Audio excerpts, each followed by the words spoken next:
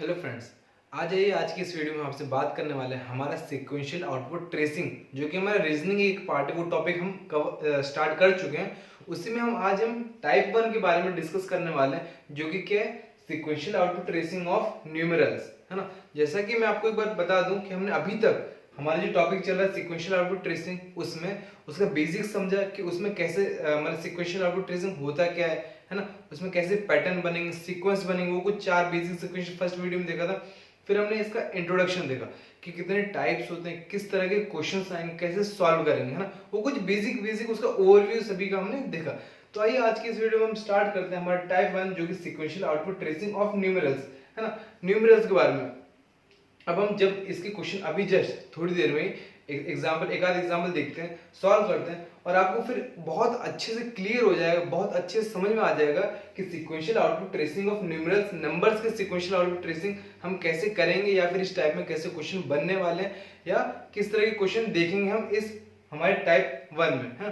तो आइए हम एक आध एग्जाम्पल सॉल्व करते हैं और समझ लेते हैं कि हमारा टाइप 1 क्या कहना चाहता है, या फिर है क्या चीज। तो आइए इसका एग्जाम्पल सॉल्व करते हैं।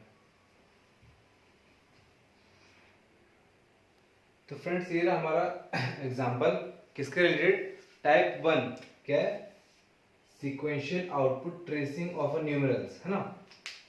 आपको समझ में आएगा, सीक्वेंशियल आउटपुट ट्रेसिंग, हमको कोई भी सीक्वेंस बन रहा होगा क्वेश्चन में, उसको ट्रेस करना है, उसका आउटपुट फाइंड करना है ना।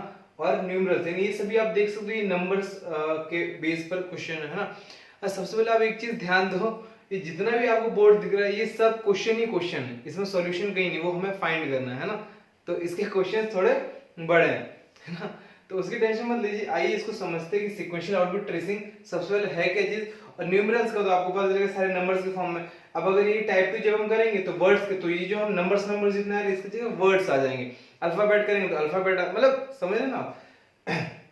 तो आइए हम स्टार्ट करें। सबसे पहले देखो, क्वेश्चन को रीड करो, क्वेश्चन क्या कह रहा है उसे समझो, उससे अच्छे से समझो, है ना।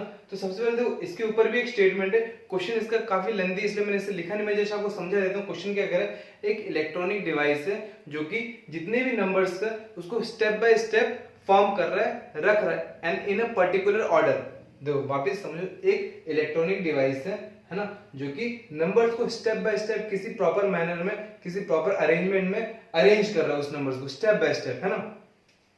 और वो जो इलेक्ट्रॉनिक डिवाइस वो फाइनली स्टॉप हो जाएगा जब उसको फाइनल आउटपुट मिल जाएगा। फाइनल आउटपुट के, अब आप नोटिस करोगे इसमें जो अरेंजमेंट, अगर वो नंबर्स असेंडिंग ऑर्डर में, तो जब लास्ट में फाइनली फुल्ली सारे नंबर्स जो इनपुट में गिवन है, इनपुट में ये जितने नंबर है फाइनली अगर सारे असेंडिंग में हो गए तब स्टॉप हो, या फिर अगर इसका पैटर्न डिसेंडिंग में चल रहा है तो अगर फाइनल आंसर पूरा डिसेंडिंग के ऑर्डर में तो वो स्टॉप हो जाएगा। तो यानी जो भी वो रिलेशन या फिर जो भी ऑर्डर है, जो भी अरेंजमेंट वो फॉलो कर रहा है, तो वो फाइनली जब अटेन हो जाएगा, उसको ऑब्टेन वो मिल जाएगा उसको, तो फाइनली ऑटोमेटिक वो डिवाइस स्टॉप हो जाएगी ना। तो अब आइए क्वेश्चन में ये क्या है। अब हम पहले क्वेश्चन समझते हैं कि है क्या चीज, मैं आपको समझाता हूं। अब आपको बहुत अच्छे से क्लियर हो जाएगा कि सीक्वेंशियल आउटपुट ट्रेसिंग, जो कि हमारा टॉपिक चल रहा है, उसमें कैसे टाइप्स बनेंगे, कैसे क्या। तो ध्यान देना, देखो इनपुट यहाँ क्या दे रखा है, यहाँ दे रखा है हमारा इनपुट, है ना, ये दे रखा है हमारा इनपुट। तो ध्यान दो, इनपुट में देखो सबसे पहली चीज ध्यान दो, ये जो भी फर्स्ट लाइन है ना, जो भी फर्स्ट है, ध्यान दो, ये पूरा फर्स्ट जितना भी, ये पूरा हमारा है इनपुट है, ये पूरा हमारा इनपुट है। इसलिए मैंने उसको अलग अलग कलर से मार्क कर दिया ताकि आपको समझ में आना चाहिए। किसी भी क्वेश्चन में आपको इनपुट गिवन होगा, फिर उसके बेस पे फाइनल देखो जो स्टेप 5 तक चल रहा है, वो फाइनल इसका आउटपुट होगा, समझ लो। अब और सबसे पहले क्वेश्चन को समझते हैं। क्वेश्चन मैंने बता दिया, कोई भी एक इलेक्ट्रॉनिक डिवाइस जो स्टेप बाय स्टेप किसी भी प्रॉपर अरेंजमेंट, प्रॉपर मैनर में नंबर्स को, वैल्यूज को पुट करते जा रहा है, और फाइनली वो कब स्टॉप होगा, जब उसको फाइनल आउटपुट जो उसको चाहिए वो मिल जाएगा। अब सबसे पहले देखो क्वेश्चन हमारा एग्जांपल यहाँ से स्टार्ट होता है, which of the following will third step for the given input. अभी नया इनपुट दे, देखो यहाँ नंबर्स 85 16 36 ये अलग नंबर्स है, और यहाँ पर 09 25 16 13 ये अलग नंबर्स है। तो देखो ये तो जस्ट हमको इसको रीड करना है, इसको समझना है कि ये जो क्वेश्चन में गिवन है यहाँ से यहाँ तक, ये क्या पैटर्न फॉलो कर रहा है, क्या रिलेशन फॉलो कर रहा है ना। जो भी ये रिलेशन है, जो भी ये पैटर्न फॉलो करेगा, जो भी सीक्वेंस फॉलो करेगा, वही सीक्वेंस, वही पैटर्न हम इस जो हमारा क्वेश्चन अब गिवन है यहाँ से स्टार्ट है, उसमें हमें उसके हिसाब से चलना है, ठीक है। तो सबसे पहले हम इसको समझ लेते हैं, फिर क्वेश्चन पे आगे बढ़ते हैं ना। और देखो ये ना हर क्वेश्चन के, और हाँ एक और चीज मैं बता दूं कि जैसे यहाँ से यहाँ तक क्वेश्चन कंप्लीट हो गया, यहाँ से वन बाई वन एग्जाम्पल 1, फिर एग्जाम्पल 2, फिर एग्जाम्पल 3 ऐसे करके चलता रहेगा। लेकिन एक चीज ध्यान दो, ये जो स्टेटमेंट गिवन है, जो भी पैटर्न गिवन, इसके बेस पे 3 to 4 एग्जांपल्स बन जाएंगे। मतलब जैसे देखो यहाँ हमने भी एग्जांपल 1 लिया क्योंकि हमारे पास अभी जगह नहीं, वन बाय वन हम और भी एग्जांपल लेंगे, है ना। तो एग्जांपल चेंज होंगे लेकिन वो 2 से 3 या 4 एग्जांपल्स है वो सभी इसी स्टेटमेंट पे बेस्ड होंगे, यही स्टेटमेंट यही अरेंजमेंट फॉलो कर रहे होंगे ना। आइए हम स्टार्ट करते हैं। देखो सबसे पहले इनपुट देखो, जो भी इनपुट है कुछ भी रैंडमली फॉर्म में नंबर्स गिवन है ना। अब आइए नेक्स्ट स्टेप देखिए, हमको खुद को समझना है। देखो ऐसा नहीं, देखो मैं बताता हूँ। स्टेप 1 क्या है, सबसे पहले देखो इसमें हाईएस्ट नंबर कौन सा था, 97 था। हाईएस्ट नंबर था इसका क्या, 97, तो उसको इसने सबसे पहले रख दिया। फिर उसके बाद 97 रखने के बाद जो भी अरेंजमेंट सेम टू सेम 85 16 36 85 16 36 04 19 04 19 97 तो आ चुका है स्टार्टिंग में, उसको छोड़ के 63 09 उसको वैसे वैसे रख दिया, है ना। आपने क्या देखा, फर्स्ट लाइन में सबसे हाईएस्ट वैल्यू कौन सी है उसको फर्स्ट में रख दिया, बाकी same as it is copy paste करके बाद में रख दिया, समझे। सेकंड स्टेप आइए, फर्स्ट तो आ चुका है। अब जो स्टेप 1 में हाईएस्ट वैल्यू फर्स्ट को छोड़कर या कोई भी, फर्स्ट तो सेम ही आने वाला, सेकंड हाईएस्ट वैल्यू कौन सी आ रही, ध्यान दो यहां से आपको चेक करना है ना। यहां फर्स्ट को छोड़ के बाकी चेक करो, हाईएस्ट वैल्यू कौन सी, तो 85 ही है ना, तो अगली वैल्यू आ जाएगी 85, फिर एज इट इज, फिर बाकी सॉरी हाँ फर्स्ट स्टेप तो यहां हमने कर दिया, ठीक है। तो हमको क्या कर दिया 85 वो हो गया, ठीक है ओके, ठीक है। हमने देखो वापस से मैं एक बार समझाता हूं, कंफ्यूज मत होइए। सबसे पहले हाईएस्ट वैल्यू रखी 97, है ना, फिर बाकी को जैसा का तैसा रख दिया, है ना। अब आप एक चीज नोटिस करोगे, सेकंड स्टेप आप देखोगे वैसे हम इसमें से वैल्यू फाइंड करते हैं और हाईएस्ट वैल्यू नेक्स्ट स्टेप में रखते हैं और फिर बाकी जैसे, लेकिन आप नोटिस करो 97 के बाद ऑटोमेटिक 85 ऑलरेडी, मतलब ऐसा कोइंसिडेंस हो गया कि ऑटोमेटिक ये उसके नेक्स्ट सक्सेसिंग नंबर जो कि इसका डिसेंडिंग फॉर्म है ना, वो ऑलरेडी आ गया, इसलिए हम वो स्टेप करने की जरूरत नहीं। अब आ जाइए नेक्स्ट स्टेप यहां से क्या करेंगे, इसमें ये तो देखो 85 आ गए, अब अगला स्टेप हम यहां से चेक करेंगे क्योंकि वो ऑटोमेटिक आ चुका था, ठीक है। अगला स्टेप के यहां से इसमें से नंबर फाइंड कीजिए और कौन सा सबसे हाईएस्ट वैल्यू जो बच गया, इसमें से कौन सा 63 सबसे हाईएस्ट है, तो नेक्स्ट आ जाएगा 63, बाकी जैसे का तैसा 16 36 09 16 36 09 19 63 आ चुके 09। अब नेक्स्ट स्टेप में यहां से कीजिए, है ना। इसमें से देखिए सबसे हाईएस्ट वैल्यू क्या है, तो 36 है, तो नेक्स्ट में आ जाएगा स्टेप 3 में हमारा आ जाएगा 36। उसके बाद जैसे कि same as it is copy paste कर दो, ठीक है। अब जब नेक्स्ट स्टेप में स्टेप 4 में बढ़ेंगे तो जो वैल्यूज रह गई उससे देखो जो वैल्यूज आ चुकी उससे देखने का मतलब नहीं, क्योंकि आपको पता है वो ऑलरेडी वैल्यूज हम डिसेंडिंग ऑर्डर में रख रहे हैं। आपको पता चला पहले 97, उससे छोटा वैल्यू 85, उससे छोटा 63, उससे छोटा 36, मतलब वो ऑलरेडी डिसेंडिंग ऑर्डर में बनता जा रहा है, तो उसको करने की जरूरत नहीं। इसमें से फाइंड की सबसे बड़ा वैल्यू 19 है, तो अगला स्टेप में जो स्टेप 4 में आ गया 19, है ना। उसके बाद जैसे तैसा 16 04 और 9, तो 16 04 9 ऐसे कैसे आ गया। अब नेक्स्ट हम 19 को छोड़ के इसमें देखेंगे क्या है, सबसे हाईएस्ट वैल्यू 16 है, तो हमारे स्टेप 5 में 19 को आ जाएगा 16। अब जैसे का तैसा, है ना, 04। और हाँ एक और चीज देखो, इसमें क्या कर दिया डायरेक्टली इन्होंने कर दिया 09 को और 04 को, तो इससे हमको क्या पता चला, हमको फाइनली आउटपुट देखो आप क्या पता चला, ध्यान दीजिए। ये मैंने क्यों बताया आपको 1 by 1 ये सबसे पहले आपको क्वेश्चन रीड करना आना चाहिए कि क्वेश्चन में क्या कह रहा है क्या नहीं कर रहा है। तो हमको टोटली इनपुट से स्टार्ट किया और हमने क्या किया 1 by 1 सबसे हाईएस्ट वैल्यू, उससे कम करते करते हमको फाइनली क्या मिला, एक डिसेंडिंग ऑर्डर मिला। डिसेंडिंग ऑर्डर में तो हमको पता चला ये क्वेश्चन कुछ ऐसा दिए। अब आओ हमको क्या एग्जांपल में पूछा है, तो ये एग्जांपल रीड करो, which of the following will be the third step. तो यहाँ फर्स्ट स्टेप ये था, second step, third, fourth, fifth, इसके हिसाब से ये स्टेप्स बन रहे। अब आइए हमारा क्वेश्चन देखते हैं। हमारा क्वेश्चन में which of the following will be the third step for the given input below. जो भी हमारा नीचे इनपुट दे रखा है, इस इनपुट की बात करें ना, जो भी इनपुट दे रखा है इस इनपुट के लिए, इस इनपुट के लिए तो फर्स्ट स्टेप ये, सेकंड स्टेप ये सब दिए है। लेकिन हमारा जो ये क्वेश्चन इनपुट ये, उसके लिए हमारे लिए थर्ड स्टेप फाइंड करना है कि थर्ड स्टेप क्या आने वाला है ना। तो देखो ये सारे ऑप्शंस ऑलरेडी गिवन है ना, तो लेकिन हमको यहाँ पर फाइंड करना पड़ेगा थर्ड स्टेप है क्या। अब ध्यान दो, यहाँ से मैं स्टार्ट कर रहा हूँ सॉल्यूशन, हम यहाँ से स्टार्ट करते हैं ना। सबसे पहले देखो ध्यान दो, हमने क्वेश्चन रीड किया था, क्या था, सभी को डिसेंडिंग ऑर्डर में फाइनली पूरा वैल्यू डिसेंडिंग ऑर्डर में आना चाहिए, लेकिन स्टार्टिंग हमसे हाईएस्ट से करना है। सबसे पहले हमारे पास ये इनपुट है, इसमें से हाईएस्ट वैल्यू कौन सी देखेंगे आप, 32 हाईएस्ट है, तो 32 को रख दीजिए। 32 को रख दिया, उसके बाद जैसे की तैसी वैसे की वैसी वैल्यू कॉपी पेस्ट। सबसे पहले आ रहा है 09 25 16, 09 25 16, 30 18 17 06, 30 18 17 06, ये जैसे तैसे फर्स्ट स्टेप हो गया। ओके, ये हमारा है, ध्यान दो, ये हमारा है स्टेप 1 है ना, ये हमारा स्टेप 1 है। आ जाइए स्टेप 2। और एक चीज ध्यान दीजिए, हमको पूरा आगे तक नहीं बढ़ना है, क्वेश्चन में क्या बोले स्टेप 3 तक चलना है। तो भाई नेक्स्ट स्टेप क्या, ये तो ऑलरेडी वैल्यू आ गई हाईएस्ट। अब फर्स्ट वाली को छोड़ के यहां से यहां तक देखो, मैं जस्ट आपको समझाने के लिए मैं बता रहा हूं हमको कहां से कहां तक करना है, यहां से यहां तक वैल्यू फाइंड करो। अब देखो फर्स्ट तो आ चुकी है 32, वो तो वैल्यू बड़ी रहनी, वो उससे बड़ी कोई वैल्यू मिलेगी नहीं।